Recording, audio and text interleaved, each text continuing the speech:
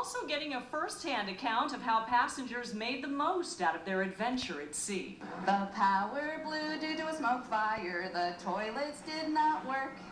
Our food was vegetables and fruit on the two-day return. The two-day return. The National Transportation Safety Board says it is now investigating the fire. And 10 News has a team of reporters working on all angles of today's developments, including dramatic stories from the passengers. Let's begin our team coverage with 10 News reporter Jennifer Jensen, who's at the Embarcadero. It's here along the Embarcadero where you can see the Carnival Splendor still sits this evening. The gates right here still open. This is where the passengers made their way through and where we caught up with one passenger who showed us home video just after the engine caught fire. You are about to hear just one of the announcements made over the loudspeaker on board the Splendor as smoke was billowing from the ship. At the moment, we can't switch on the facilities just yet until we know where the smoke originated. That's what passenger Michael Hall caught on his video camera early Monday morning. The propeller stopped and the other propeller was still going, and it was just shaking. I just looked at her and said, don't worry about it, it's not a big deal. Little did I know. Little did he or anyone else on board know the engine would not start up again. You think about Titanic and Lost and those kind of shows, but I mean, we were fine. It could have been a lot worse. This actually was a family reunion that we were going for, so, but I actually think we got to bond a lot more than I think we would have on a cruise. We would have been all scattered, but 15-year-old Spencer Reeves says back at school, he hears he's a celebrity. my friends were telling me, like, oh, you're all in the news, people talking about you all around the world. But the world was wondering what they were doing and what they were eating besides Spam. Bread with some beets and some cheese, mystery meats, you know, but I mean, the crew was eating it too. So, I mean, we were all in it together. And together, they are all back on dry land. I once was lost, but now I'm found. San Diego, not the sea. Making the most of their so-called vacation, one they may not soon forget. We're going to Disneyland. We want to end this on a high note. Here is a copy of the letter handed to each of the passengers on board the Splendor with the cruise line's first apology and an invitation to cruise again for free sometime in the next 2 years. From the Embarcadero, Jennifer Jensen, 10 News. Now armed with a video camera, one San Diego couple was intent on filming a fun family vacation. Instead, that camera captured the images of a vacation gone wrong. 10 News reporter Michael Chen joins us with the one thing that frightened them the most. Michael? Well, behind me first is a live picture of a cruise ship finally empty of all of its passengers. As for that home video we were talking about, you can see inside the video the mood turn abruptly from a carefree adventure to what they call a nightmare. It's our first night on the cruise, and we have just gotten our meals. Gordon has some ribs. Is that steak, Steve? This is how their vacation began. A family of 9 dining in style. Just hours later, Chris DeSaulnier and his partner Gordon Gilbreth were jarred awake from a dead sleep. Really like shaking, and then all of a sudden everything started going dead. The engine fire had knocked out power by the morning light. Confused passengers filled the decks. There was no more fine dining. This was the scene below, inside the cabin's pitch black. Some kind of insulation which has been showing up on the carpet. While the insulation fell, buckets were needed to catch the constantly dripping water, possibly from overflowing toilets. The floors were slippery. We came around one corner and there's this huge, like a 90-year-old man had fallen flat on his back, you know, laying on the glass on the marble. Gilbreth's mother never fell, but the useless elevator led to problems. My mom's 82 when we were up on the 8th deck, and she would have to walk up and down, and nearly, you know, by the end of the cruise, she was just had a terrible time. Another terrible feeling consumed Gilbreth soon after the fire. So that was, I think, kind of the frightening part, because there was no one around, and it was, the ship's just adrift. A feeling that went away when help and food arrived. The men filmed this welcome scene, the tugboats in action, as they began the long tow home. I really have been exhausted with work, and I wanted to get a break, and I need a vacation now versus because there was no vacation. DeSaulnier isn't giving up on the idea of another vacation. He plans to go on another Carnival cruise.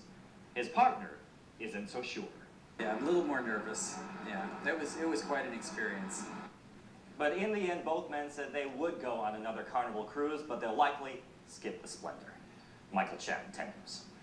There was so much that could go wrong with the docking of the massive ship, but luck was on Splendor's side this morning. 10 News reporter Allison Ash continues our team coverage along the Embarcadero with the logistical storm involved in getting everyone off that ship. By all accounts, the docking of the Splendor came off without a hitch. The huge ship is behind me right now. It came in early, and disembarking the more than 3,000 passengers took half the time predicted. Cheers on deck as the ship was tied up manually at the dock, and the announcement was made that the first passengers would be able to leave in small groups of 50 or 60. Pulling their luggage down the gangplank, they looked like the weary travelers they were. Ken King was first off the ship. Actually, it's pretty civil up there right now. You know, a lot of people are trying to bring down the luggage, and they're telling everybody to wait. And then they'll bring it down later. With no elevators, all luggage had to be hand carried up and down flights of stairs. 2 passengers were taken away on stretchers from illnesses not related to the shipboard fire. And then there was the woman in handcuffs. The Customs and Border Protection asked to see the person you saw coming off. It had nothing to do with the incident on board.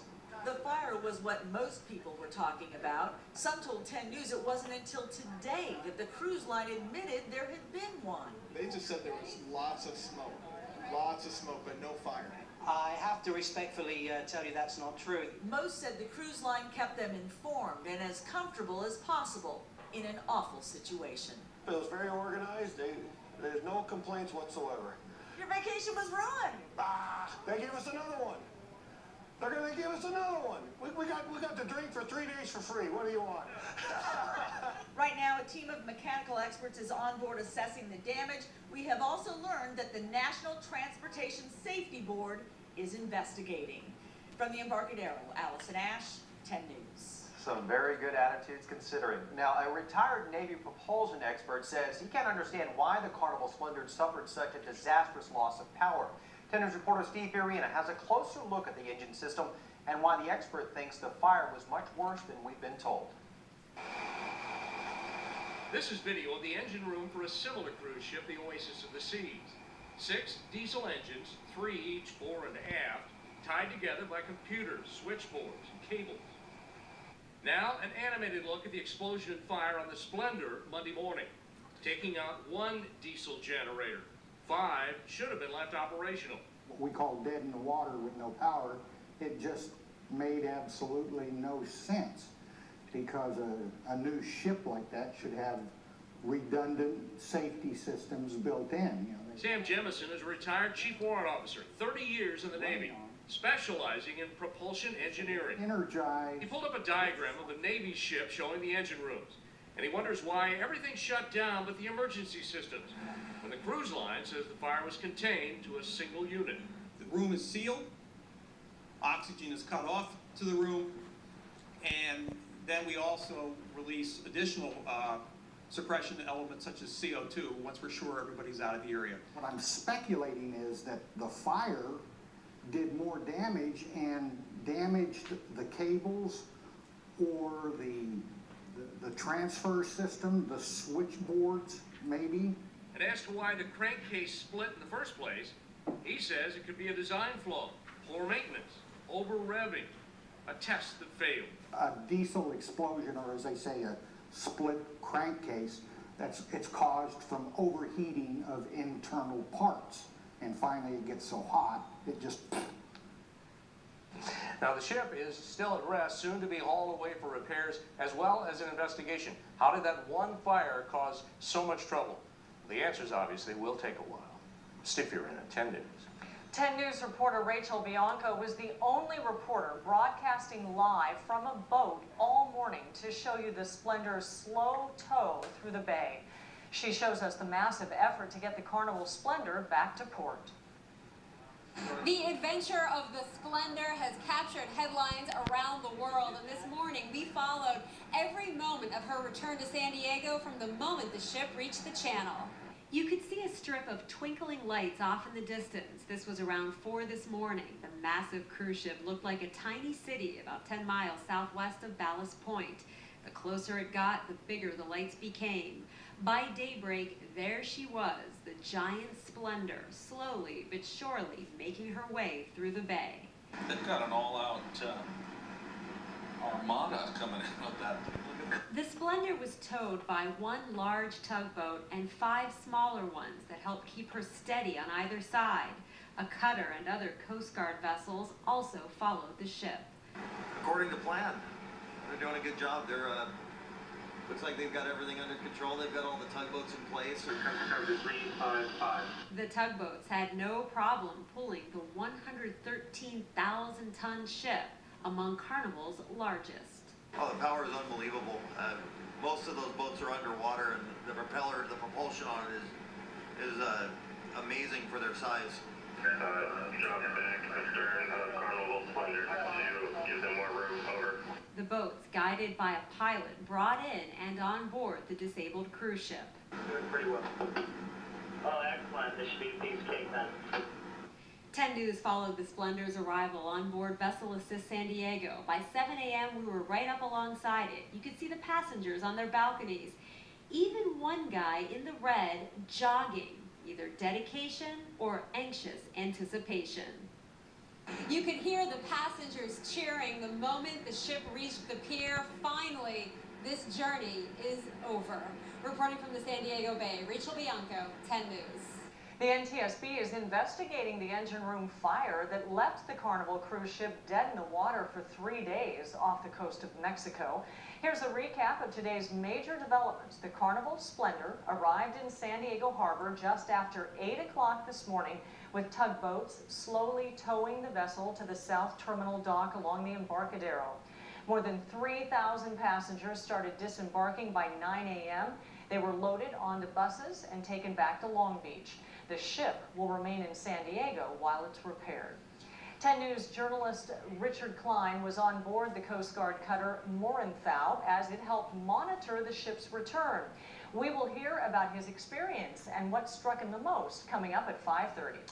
Beautiful day to come into San Diego, but high winds, they have been pummeling much of California. In Ontario, those powerful gusts have caused a lot of problems, including snapping power lines that sparked a fire. We're seeing a lot of wind across San Diego County as well.